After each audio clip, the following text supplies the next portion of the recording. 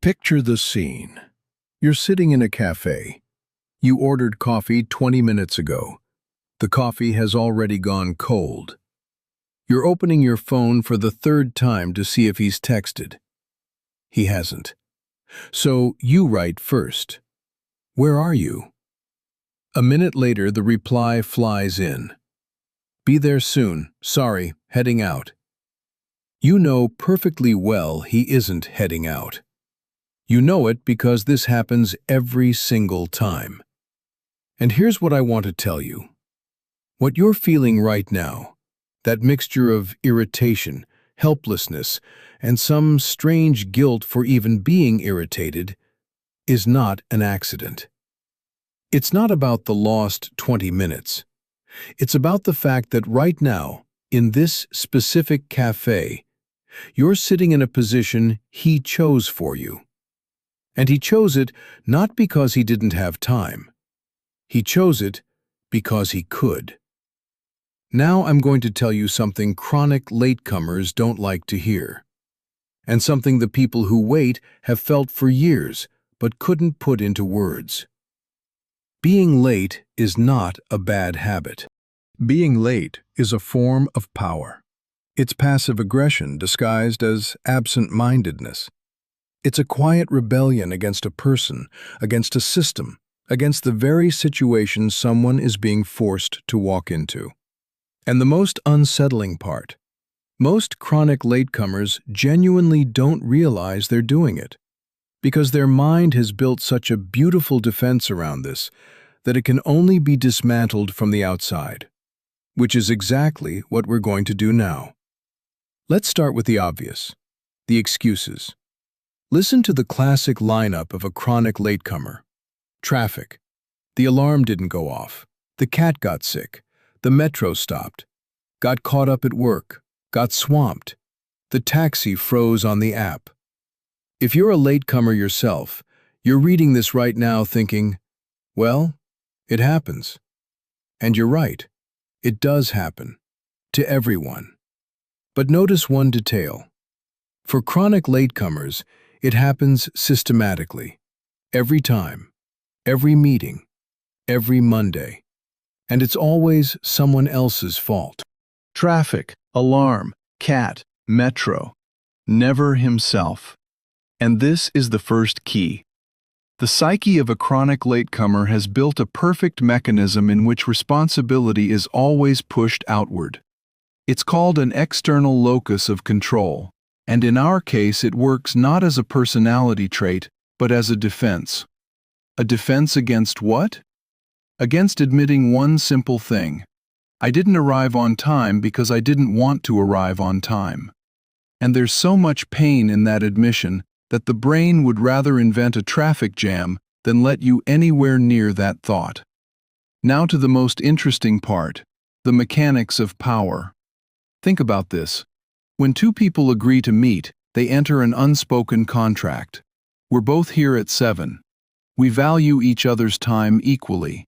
We're equals. And then one of the two breaks this contract. What happens? The one who arrived on time loses control of the situation. He can't leave because he's waiting. He can't start because he's alone. He can't even be openly angry because socially that would look petty. So he sits and waits. And who is running the meeting during this time? The one who is late. It's his pace, his schedule, his terms. And when he finally appears, he walks in already as a victor, magnanimously forgiven, because he smiled and said, "Sorry, you know me." And here's the scariest part. Most chronic latecomers don't do this consciously. They aren't sitting at home rubbing their hands together. They're just getting something very important out of this arrangement. And we're going to unpack exactly what that is. If you've watched this far, hit the like button, because what comes next is a deeply uncomfortable truth, and the algorithm needs to deliver it to the people who need to hear it. And there are a lot of them. Going deeper. Passive aggression. The term sounds like a label, but behind it stands a very concrete mechanism.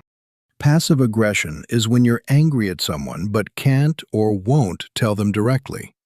And then your anger finds a detour. You don't reply to messages. You forget what you promised. You do work poorly when you're capable of doing it well. And you arrive late. Do you understand what this means?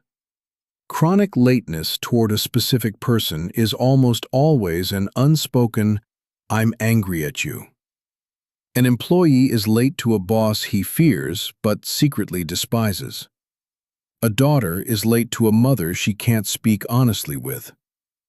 A husband is late to dinner with a wife who long ago stopped asking how his day was. And notice this. These people can be perfectly punctual in other contexts. They don't miss flights. They show up to the dentist 10 minutes early. But here, consistently late. Because the plane never did anything to them.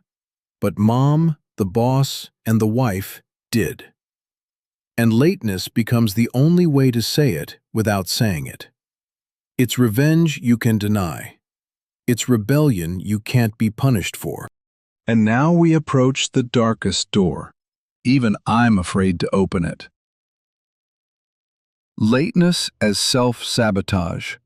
Picture a person who shows up 40 minutes late to a first date, 20 minutes late to an interview at his dream company, 15 minutes late to a therapist he'd been waiting 6 months to see. What do these three situations have in common? In each of them, the person is approaching something important, something that could change his life. And in that very minute, something inside him says, "Don't rush." And he starts moving slowly. He ties his shoelaces, double-checks the iron, chooses a different shirt, steps into a store to buy water he doesn't need. And the whole time, a thought is spinning in his head that he never says out loud to himself. If I'm late and this falls apart, I won't be guilty of being afraid.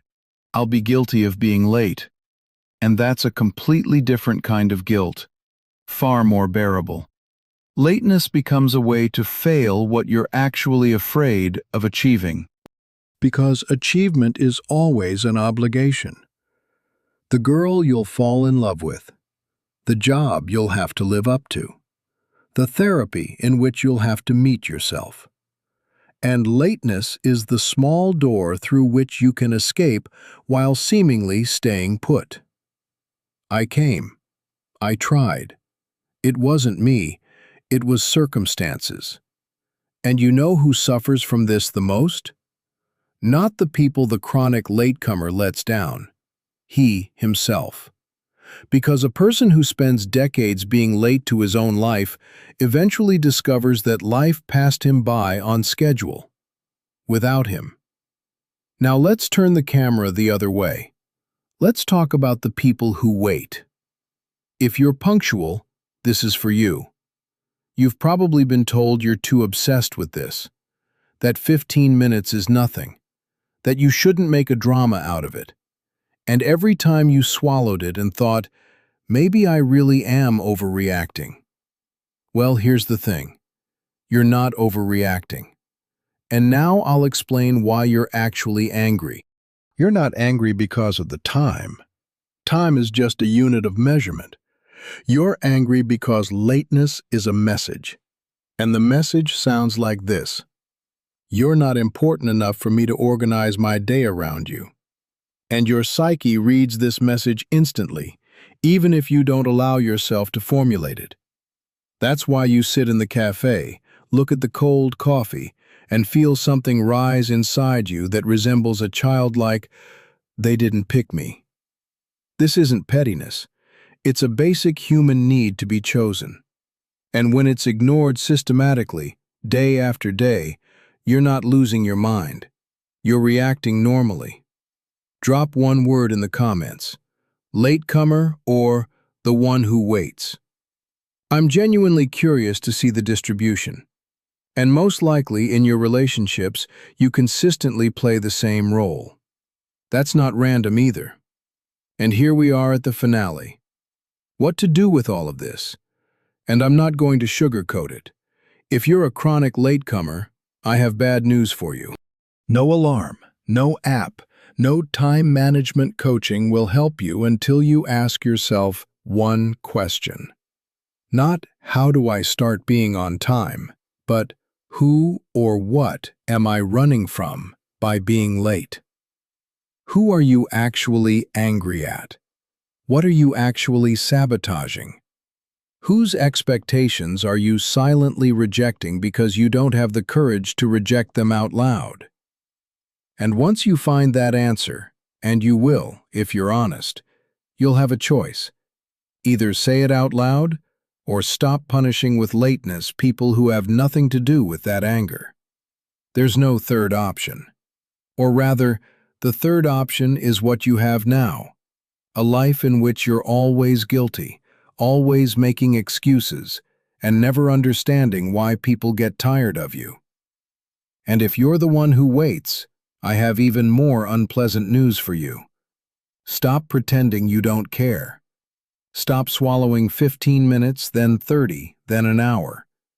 Because every time you smile and say, "No worries," you're signing a contract. A contract that says, my time is worth less than yours, and I agree.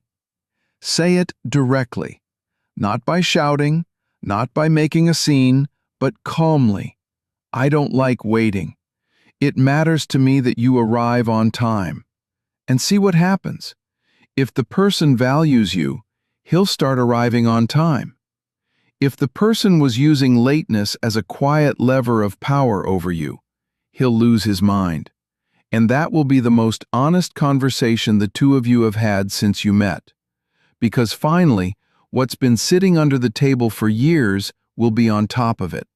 Lateness is never about clocks. It's always about people. About who you don't choose to arrive on time for, and about who agrees to wait for you. And now that you know this, the old script will no longer work. Not toward you, and not from you. Subscribe if you want to keep unpacking what people do when they think no one is reading them. That's exactly what we do here. As for me, I'm off. I have a meeting, and I think I'm going to be on time.